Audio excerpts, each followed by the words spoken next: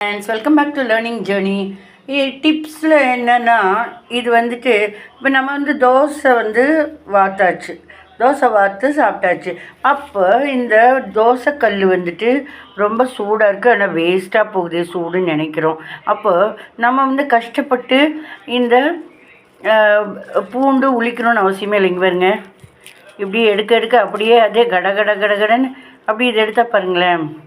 இந்த இடத்துல நான் ஒற்றை கையில் வச்சுட்ருக்கேன், ரெட்டை கையில் இது பண்ணால் ரொம்ப ஈஸியாகும். இது மொறுன்னு இருக்குது பாருங்கள். இங்கே இருக்குது, இப்படின்னா வந்துடுது பாருங்கள், இப்படின்னா வருது பாருங்கள். ஒற்றை கையிலேயே இப்படி பண்ணிட்டுருக்கேன்.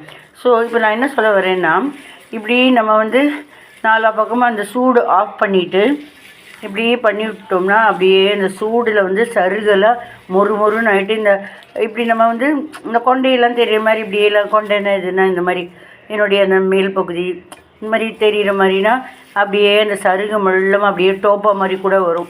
ரொம்ப சூடு இருந்துச்சுன்னா அப்படியே டோப்பா மாதிரி வரும். சில பேர் ஒரு ஸ்பூன் எண்ணெயை ஊற்றி வடை சட்டியில் கூட போட்டு வணக்கினா அதுவும் டோப்பா மாதிரி வரும். அது ரொம்பவே டோப்பா மாதிரி வரும். இது சும்மா நம்ம சூடு வேஸ்ட்டாக போகிறதுக்கு, தோசைக்கல் சூடு வேஸ்ட்டாக போகிறதுக்கு இந்த மாதிரி பண்ணி வச்சிட்டோம்னா, மூடி வச்சிட்டோம்னா, ஆஃப் பண்ணிட்டோம், பட் மூடி வச்சிட்டோம்னா அந்த சூடு இதெல்லாம் ஈரத்துமே எல்லாமே நீட்டாக உளிக்கிறதுக்கு வரும். ட்ரை பண்ணுங்கள்.